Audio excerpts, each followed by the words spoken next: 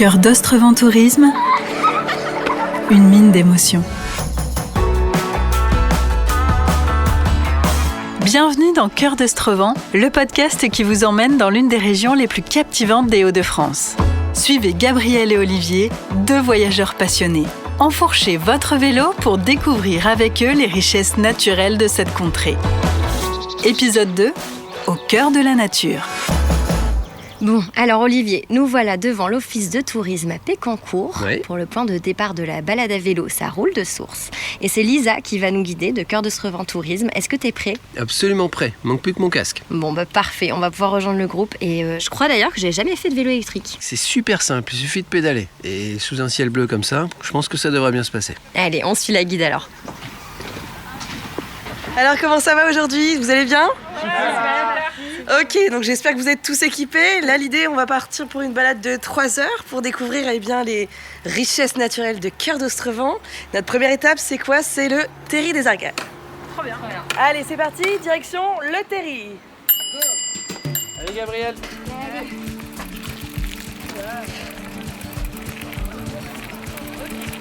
On va s'arrêter ici.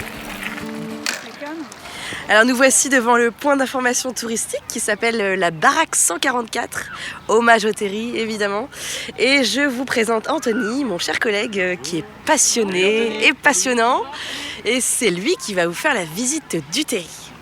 Salut tout le monde, vous allez bien ? Oui. Ouais, super.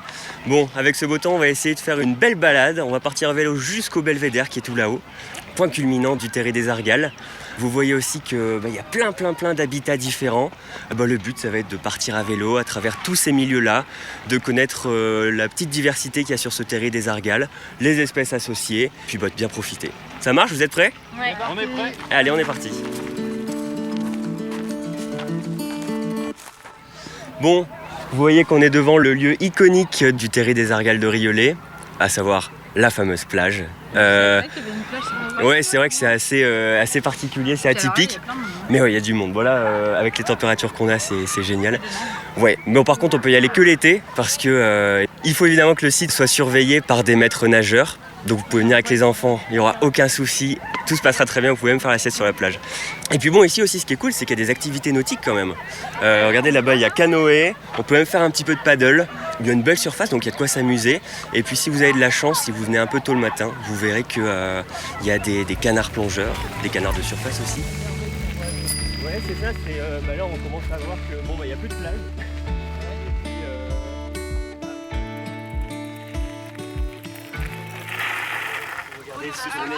Pour admirer la vue.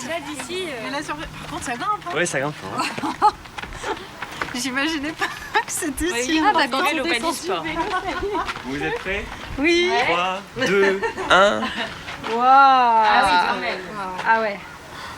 C'est magnifique. C'est carrément incroyable. La vue qu'on a ici. Bon, là on vient d'arriver tout en haut du fameux belvédère qu'on voyait quand on était tout en bas tout à l'heure. Donc là on est à peu près à 46 mètres de hauteur. Donc, C'est pour ça que ça grimpe. c'est pour ça qu'on est fatigué quand on arrive. Ouais, c'est sûr. Après il faut savoir que c'est pas du tout haut pour un terri puisque le Terri de Riolet c'est un terri plat. Contrairement au terri dont on a l'habitude de voir sur l'autoroute, les terris coniques. Là on est à peu près à 140 hectares. C'est à savoir que c'est le plus vaste terri d'Europe quand même. Ouais. Donc bien sûr le lac qui prend une place prédominante sur le terri, mais aussi là où on va aller tout à l'heure dans le plateau, les endroits un peu plus secs où on va aller voir les fameuses espèces, des crapauds, lézards, etc. Ok, super. Et puis pour parler un petit peu particularité, il y a juste en bas là-bas on la voit, la fameuse chèvrerie de Julien, les chèvres qui entretiennent justement ce terri pour limiter cette végétation. Et ils font du fromage, j'espère. Et ils font un super fromage, ouais. Faut trop qu'on y aille. Bon, ça vous a plu ? C'est génial. Bon, ça marche. Bon, ça va être un petit peu dur de quitter cette vue, mais je vous propose encore mieux de descendre un petit peu du sommet et d'aller se diriger vers le plateau du Terri des Argales de Riolet pour aller voir un peu cette biodiversité incroyable.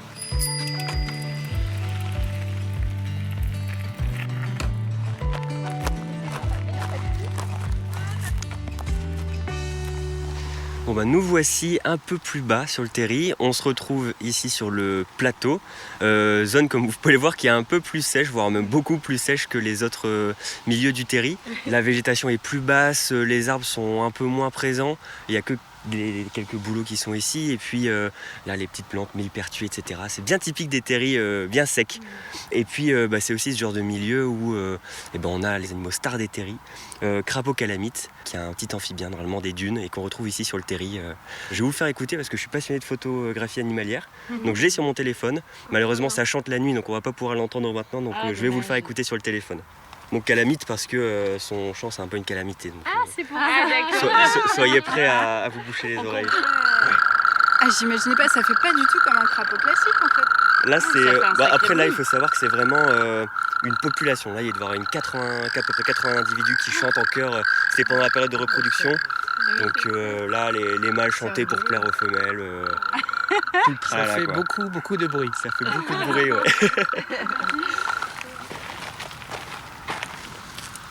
Bah non, même pas. Par contre, on voit qu'il y en a eu. Ah bah si, il y en a un. Ah ouais. Là. Et c'est ça qui fait autant de bruit. C'est exactement ça, ouais. Bon là, pour le coup, lui, c'est un jeune de cette année. Ah bah oui, il est tout petit. Parce que la taille adulte, Taille adulte, c'est 2 fois ça. Ah ouais, seulement? Je voyais ça beaucoup Ça, c'est plus un gros. bébé. Hein. Bon là, il est un peu jaune, mais sinon, il y a des yeux qui sont beaucoup plus verts. Ça fait un peu œil de dragon. Ouais. Ah oui, super très quand on beau. regarde en macro, c'est trop beau. Et puis ici aussi, il y a une autre espèce qui est très sympa à observer, qu'on va essayer de regarder, d'observer ensemble. C'est le lézard des murailles. Lézard, idem, s'il est ici, c'est parce que le sol est vraiment sec. Vous le sentez là, la chaleur vient vraiment du sol, justement parce que le terri c'est noir. Ça retient bien la chaleur, donc il fait bien plus chaud. Et lui, ça c'est royal pour le lézard.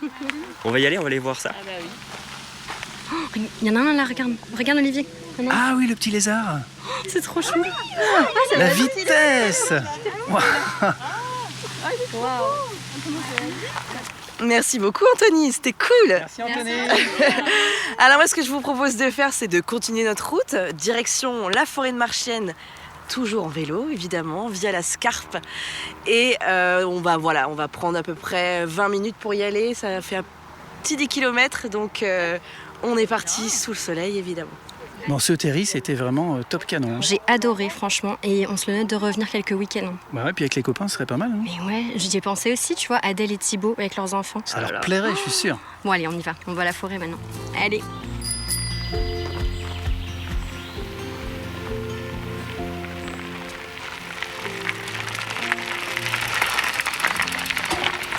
Ça fait du bien, hein, ce vent, cette fraîcheur de la forêt.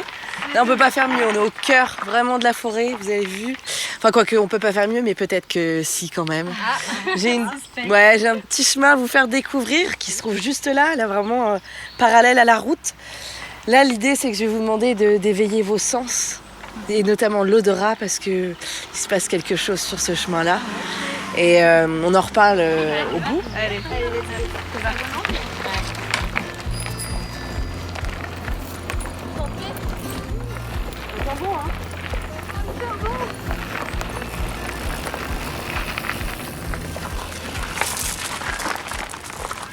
Ça y est, on a fini notre petit périple, notre petit chemin. Trop bien. Alors, qu'est-ce que vous en avez pensé? Super beau, hein? Magnifique. Ouais. Et Et effectivement, surtout, qu'est-ce que vous avez senti? ouais, c'est une odeur particulière. Ouais. Alors, quoi qu'est-ce que ça vous évoque un petit peu? Les pins, non? Moi, j'ai pas su dire. Ouais, tout à fait, les pins, vous l'avez vu, hein? Je trouve que ça sent un peu les vacances. Ça sent la vacances, ouais. Et alors, vous savez pourquoi il y a des pins ici? C'est pas du tout la région des pins, non? Ben non, c'est pas du tout la région des pins, non. En fait, c'est très facile en termes d'explication, je vous l'ai dit tout de suite. Figurez-vous que la forêt de Marchiennes, pendant la Première Guerre mondiale, a été ravagée par les bombardements. Et quand la guerre s'est terminée, les Allemands ont dû, en guise de dommages de guerre, repeupler la forêt. Et en fait, l'essence la moins chère, c'était le pin, tout simplement. Et c'est pour ça qu'aujourd'hui, vous voyez des pins qui sont centenaires et au-delà du centenaire. C'est ce qui donne cet aspect singulier à la forêt. Néanmoins, aujourd'hui, ils sont plus trop adaptés parce que, avec le réchauffement climatique, malheureusement, on est obligé de remplacer ces pins sylvestres par d'autres essences qui s'adaptent beaucoup mieux au sol notamment. On les remplace par des chênes Cécile, c'est son petit nom. Et voilà, l'ONF, notamment l'Office national des forêts, a un rôle majeur dans cette protection de forêt. Et on parlait de sol juste à l'instant. En fait, la forêt, elle est très marécageuse ici en Cœur d'Ostrevent. Et donc, on y croise beaucoup de tritons, notamment triton crété, c'est son petit nom aussi. Mais pas que, il y a évidemment d'autres espèces animales, comme le pic noir, par exemple. Enfin, voilà, il y a vraiment beaucoup de vie finalement dans cette forêt. Et Elisa serait pas en bar là? Bien vu, Gabriel, bien vu. Et on boirait pas un coup? Et effectivement, c'est l'auberge de la Croix-aux-Piles. Alors, c'est un lieu emblématique ici en forêt de Marchienne, sachez-le.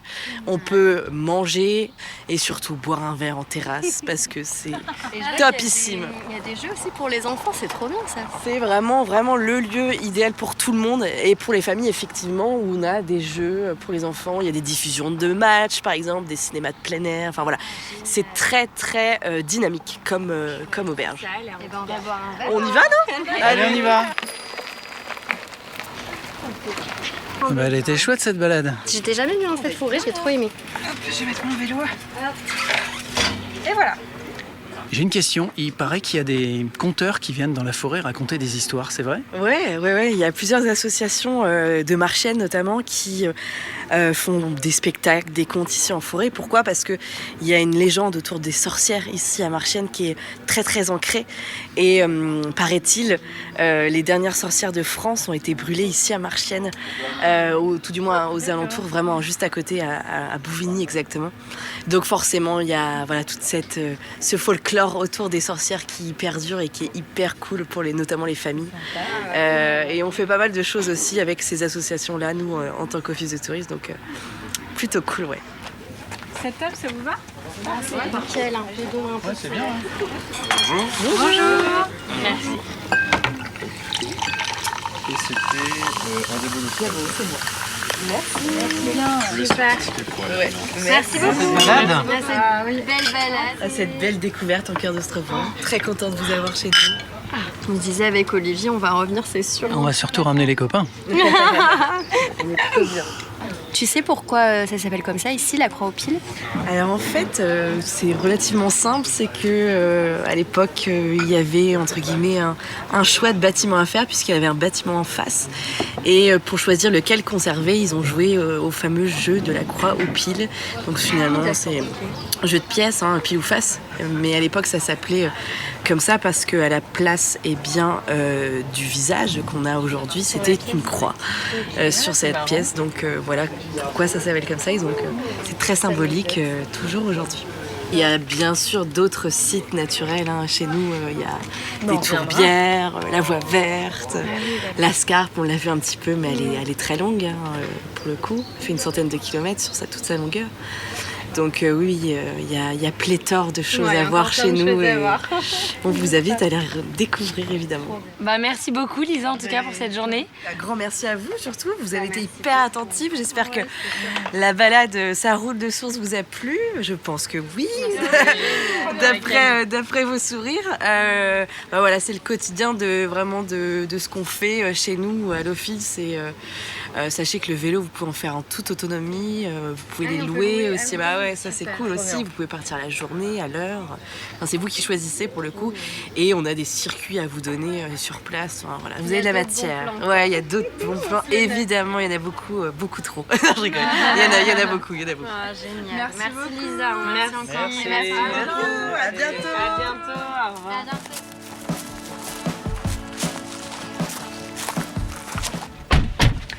Waouh, quelle journée, hein. Génial. Ouais. J'ai adoré.